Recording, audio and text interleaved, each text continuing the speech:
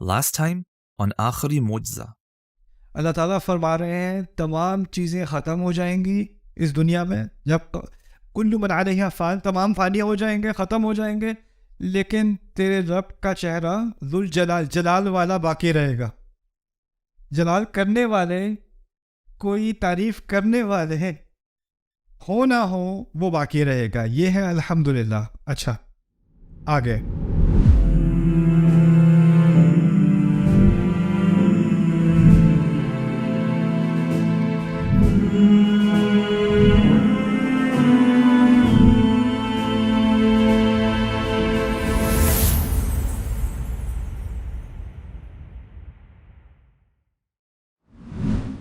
حکم بھی ہو سکتا تھا احمد اللہ، اللہ کی حمد کرو. باقی آگے سورۃ البقرہ میں آئے گا یا ایھا الناس اعبدوا ربکم، انسانیت اپنے رب کی عبادت کرو. اسی طرح فاتحہ کے شروع میں بھی کہا جا سکتا تھا انسانیت اللہ کی حمد کرو. اس کو سمجھنے کے لیے میں آپ کو آسان سی مثال دیتا ہوں. آپ میں سے کن کے بچے ہیں؟ اوکے، جن کے بچے ہیں، آپ نے اپنے بیٹے سے کہا بیٹا پانی لا دو، حکم دیا نا پانی لا دو. اب اس کے پاس اب دو اختیار ہیں، یا تو وہ لائے گا یا تو وہ لائے گا.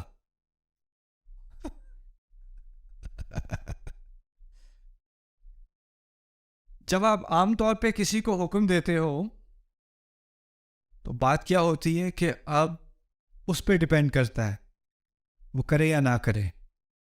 وہ کرے گا تو ہوگا، نہیں کرے گا تو نہیں ہوگا. اللہ تعالیٰ نے اگر حمد کا حکم دیا ہوتا ہے نا تو بات کس پہ ڈیپینڈ کرتی؟ ہم پہ. ہم کریں گے تو ہوگی. اب حکم ہم نے نہ مانا تو کیا ہوگا؟ نہیں ہوگی، نہیں ہوگی. تو عبادت تو نہیں ہوگی اگر ہم اب نہیں بنیں گے اعبدو. لیکن ہم کرو نہ کرو ہوگی. اس کا تم تو اب میرے اوپر ڈیپینڈ نہیں کرتی وہ چیز. تو اسی لیے احمدو اور حمدن للہ بھی اس درجے کے نہیں ہے جس درجے کے الحمدللہ ہے. اچھا اب الحمد سے آگے تھوڑا آگے بڑھتے ہیں. اللہ تعالیٰ کے بہت سارے نام ہیں، ان میں سے کوئی نام بتائے مجھے جو آپ کو بتاؤ. الرحمن، اچھا، اور الملک، القدوس. اگر میں کہوں الحمد للرحمن غلط ہے؟ الحمد للملک غلط ہے؟ الحمد للخالق، الحمد للرحیم، الحمد للحکیم، الحمد للہادی، الحمد للمتکبر، الحمد للجبار، الحمد للوہاب. سب صحیح ہے نا؟ کیونکہ یہ تمام کس کے نام ہیں؟ اللہ تعالیٰ ہی کے نام ہیں. لیکن ان تمام ناموں میں سے اللہ تعالیٰ نے ایک نام کا اختیار کیا ہم کے ساتھ. الحمد للرحمن نہیں کہا. یہاں تک کہ اب اللہ کا لفظ نکال بھی دو نا تو عربی کے اعتبار سے بات پھر بھی سمجھ میں آ جائے گی. الحمد لرب العالمین الرحمن الرحیم مالک یوم الدین. اللہ کا لفظ میں نے نکال دیا، بات پھر بھی سمجھ میں آ رہی ہے. تو اللہ کے نام کا لفظ یہاں پر اس کا کیا فائدہ ہے یہ سمجھنے کی کوشش کریں. پہلی بات، جب کسی سے آپ کا تعارف ہوتا ہے نا، پہلی بات کیا ہوتی ہے؟ نام. بعد میں آپ کے بارے میں تفاصیل. پہلی چیز اللہ تعالیٰ نے اپنے نام کا ذکر کیا کیونکہ فاتحہ قرآن میں فاتحہ اللہ تعالیٰ سے خود تعارف ہے. اللہ تعالیٰ اپنا تعارف کرا رہے ہیں، اور تعارف میں کس چیز کی زیادہ اہمیت ہوتی ہے؟ نام کی. دیکھیے اگر خالی رب کہا ہوتا تو ایک کنفیوژن ہو جاتی. اس کنفیوژن کا ذکر بھی قرآن میں ہے. آپ کو پتہ ہے موسیٰ علیہ السلام کے قصے میں جو جادوگر تھے، جب انہوں نے اپنی لاٹھیوں کو، اپنی رسیوں کو کھائے جاتے دیکھا تو کیا کیا انہوں نے؟ کیا کیا تھا؟ سب کو پتہ ہے سجدہ کیا تھا نا. اچھا وہ جب انہوں نے سجدہ کیا تو فرعون ذرا کنفیوز، یہ کیا ہو رہا ہے؟ اس کو سمجھ نہیں آئی بات یہ ہو کیا رہا ہے. وہ سمجھا شاید یہ راؤنڈ 2 کے لیے تیاری کر رہے ہیں یا اب کھڑے ہو کے دوبارہ مقابلہ کریں گے. اب وہ کھڑے ہوئے تو انہوں نے کہا آمنا برب العالمین، ہم رب العالمین پر ایمان لے آئے. کیا الفاظ استعمال کیے انہوں نے؟ اچھا کیا لفظ استعمال نہیں کیا انہوں نے؟ انہوں نے نہیں کہا ہم اللہ پر ایمان لے آئے. کیا کہا؟ ہم رب العالمین پر ایمان لے آئے. اب فرعون پھر بھی کنفیوز. ہاں مجھے پتا ہے مجھ پر ایمان لائے ہو، پھر بھی کیونکہ جب اس نے رب العالمین سنا تو وہ کس کے بارے میں سوچ رہا تھا؟ اس نے تو رب کا لفظ کس کے لیے استعمال ہوتے دیکھا ہے؟ اپنے لیے. تو اس نے جب ان کی بات سنی، کھڑے ہو کے وہ اسلام کا دعویٰ کر رہے ہیں، کہہ رہے ہیں آمنا برب العالمین، وہ سمجھ رہا ہے اس کی بات ہو رہی ہے. تو ان کو کلیریفائی کرنا پڑا، بعد میں بات مزید واضح کرنی پڑی اگلی آیت میں. ربی موسیٰ و ہارون، موسیٰ اور ہارون کا رب. گدھے کا ترجمہ میں نے اضافہ کیا ہے، لیکن بات یہی ہو رہی ہے.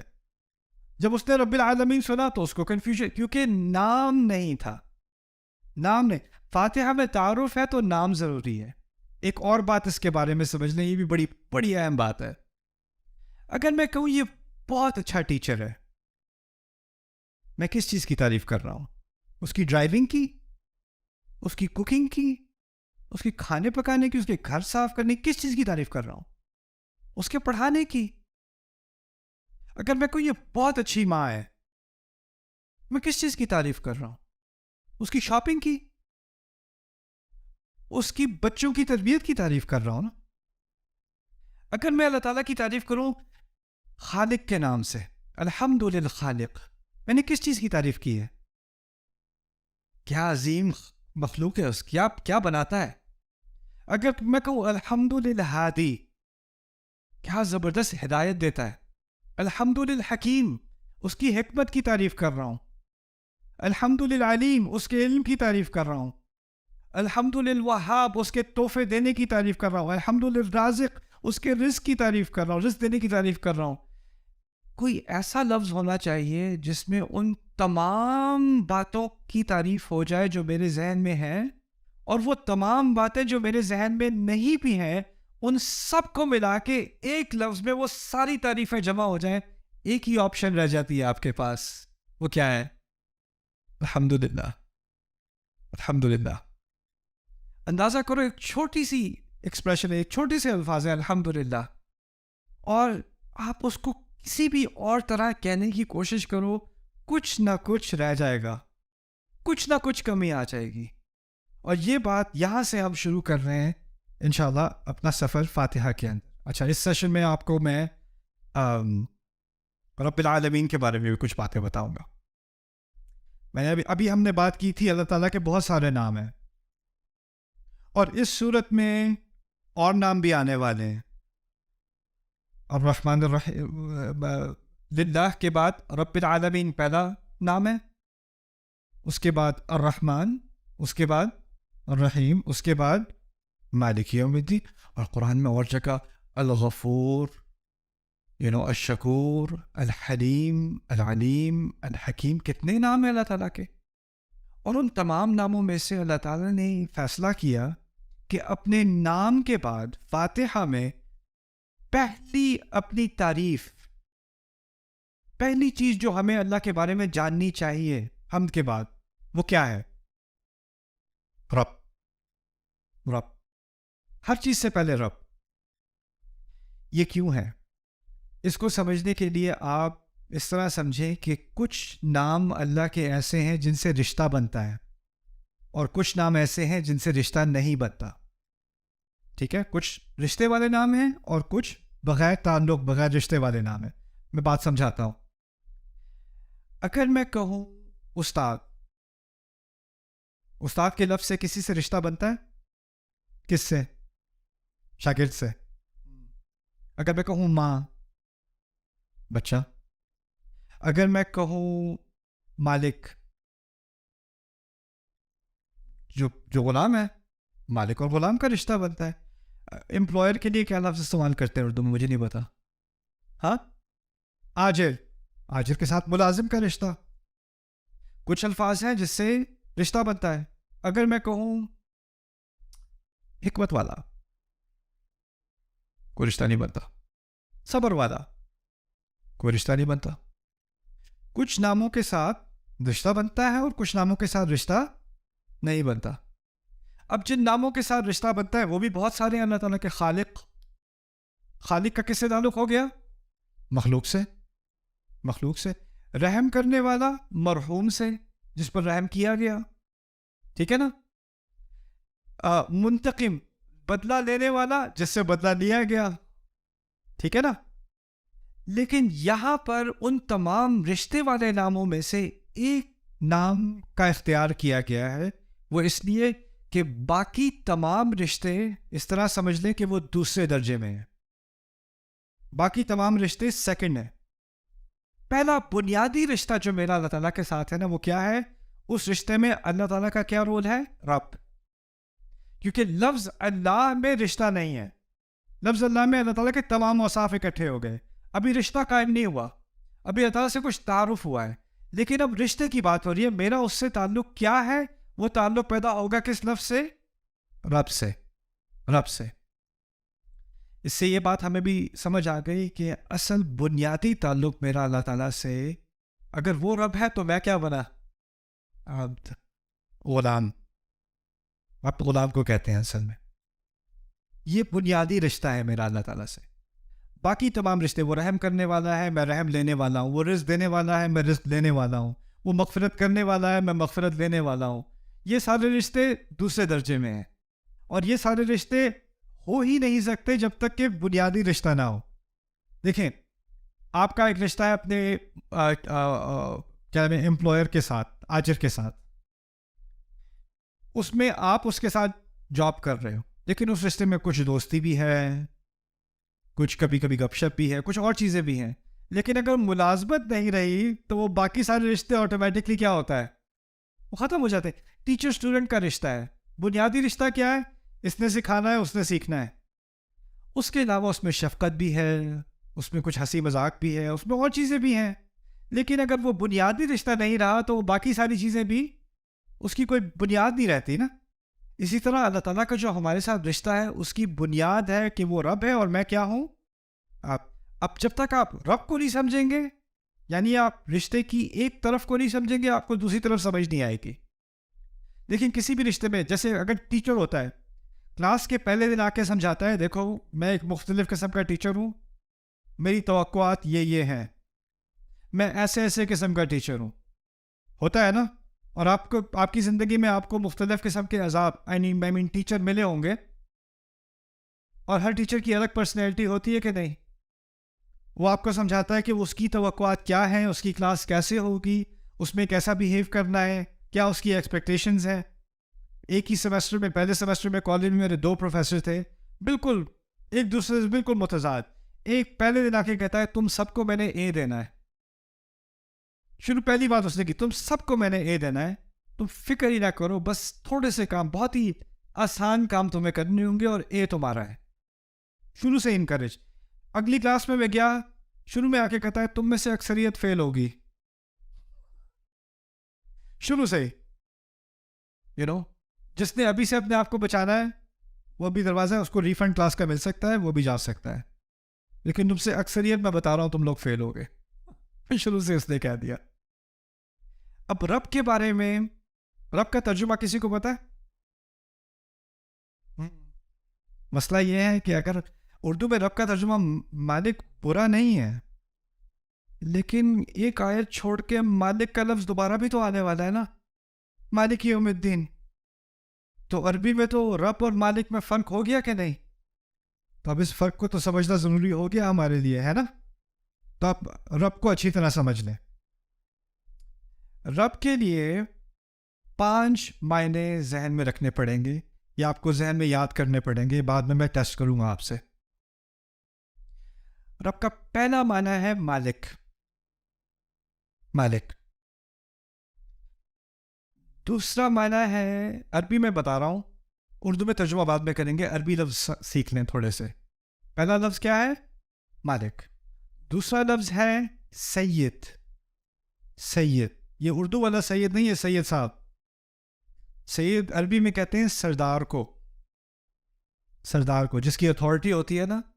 پولیس والا جب آپ کو روکتا ہے نا تو اس وقت وہ سید ہوتا ہے. جب کورٹ میں آپ ہوتے ہیں اور جج بیٹھا ہوتا ہے نا تو اس وقت جج کیا ہوتا ہے؟ سید ہوتا ہے. حکمران بھی ایک طرح کا سید ہوتا ہے. قبیلے کا جو بڑا ہوتا ہے وہ بھی سید ہوتا ہے. گھر کا بڑا بھی سید ہوتا ہے. تو سید اس کو کہتے ہیں جس کی کوئی نہ کوئی سربراہی ہو, اس کی اتھارٹی ہو. ٹھیک ہے نا. پہلا معنی کیا تھا؟ مالک. دوسرا کیا تھا؟ سید. اور سید کے معنی سربراہ, سربراہ یا سرکار. اوکے. تیسرا معنی ہے منعم. منعم, منعم انعام دینے والا, تحفے دینے والا, اس طرح سمجھتے ہیں, تحفے دینے والا. یہ بہت اہم لفظ ہے کیونکہ اس سے بات واضح ہوتی ہے کہ رب آپ کو وہ نہیں دیتا جس کے آپ مستحق ہوتے ہو.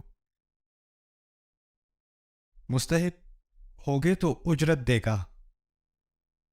اجرت دی جاتی ہے ملازم کو, کیونکہ ملازم اپنے آجر کو, اپنے امپلائر کو ٹائم دیتا ہے, محنت دیتا ہے, اور اس کے جواب میں, اس کے عوض میں اس کو اجرت دی جاتی ہے. لیکن رب آپ کا مالک ہے. کیونکہ وہ مالک ہے, آپ کا کوئی حق ہے ہی نہیں. وہ آپ کا پورا سربراہ ہے, سید ہے, آپ کے کوئی رائٹس ہیں ہی نہیں.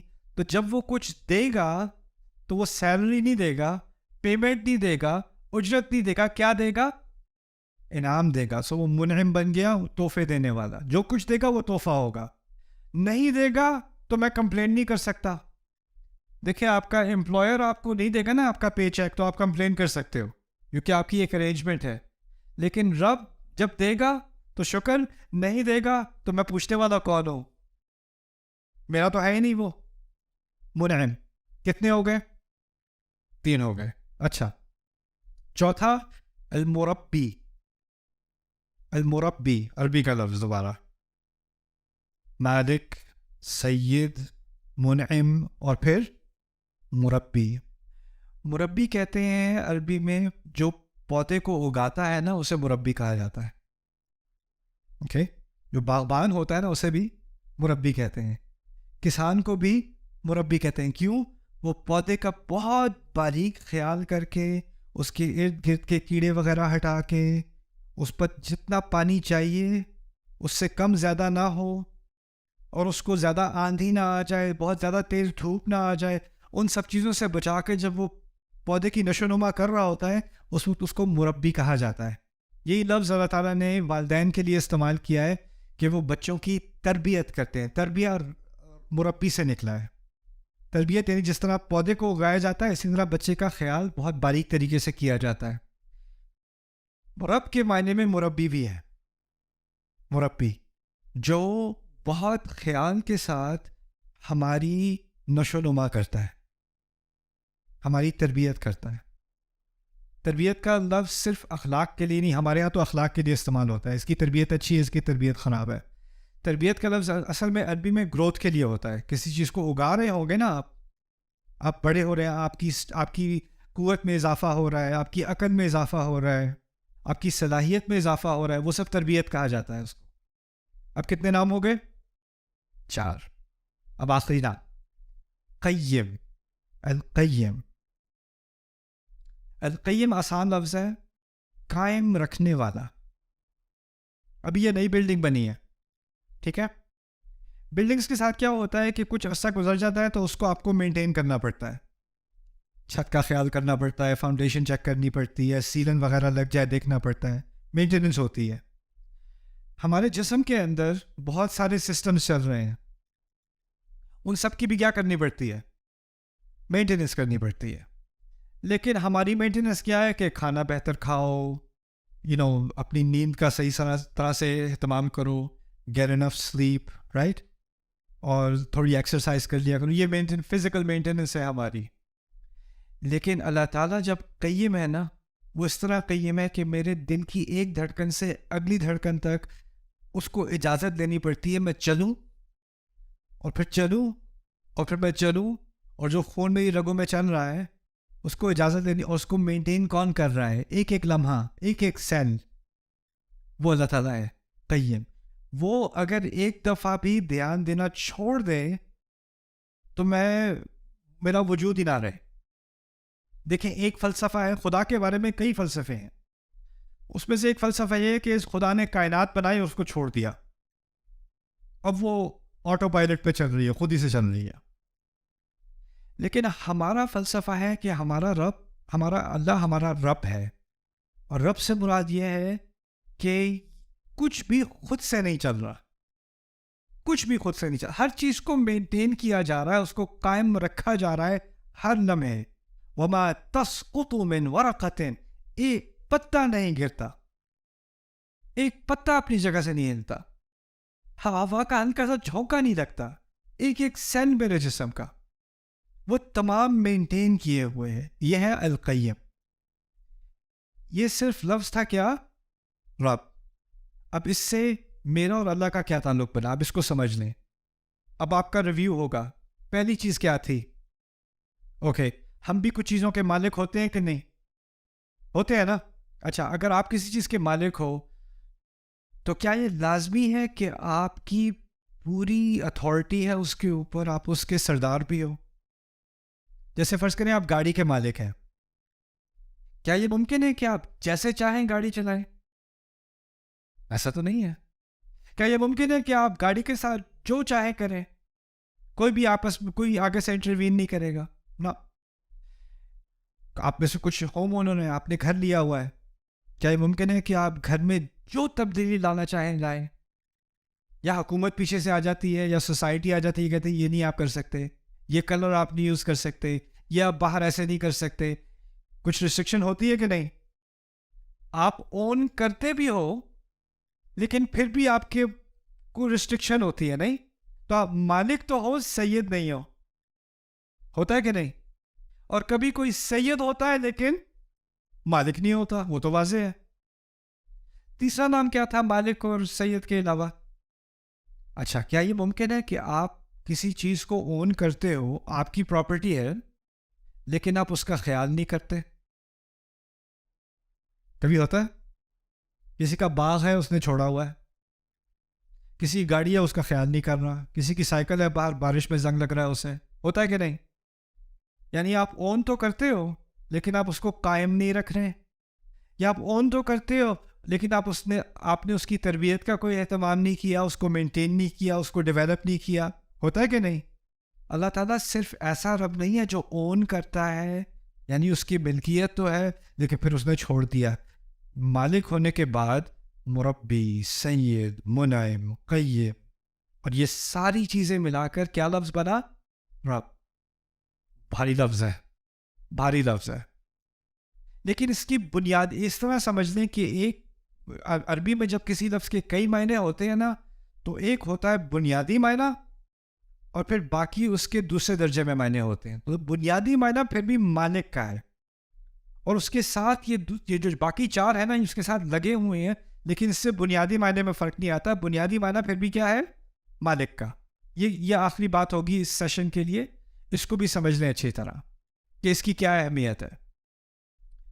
اصل میں اس کی جو اضافت ہے نا، ایکچولی یہ بات میں مالک یوم الدین میں پھر صحیح سے سمجھاؤں گا. ابھی العالمین سمجھ لیں، کیونکہ یہ نہیں کہا الحمدللہ ربی السماوات والارض.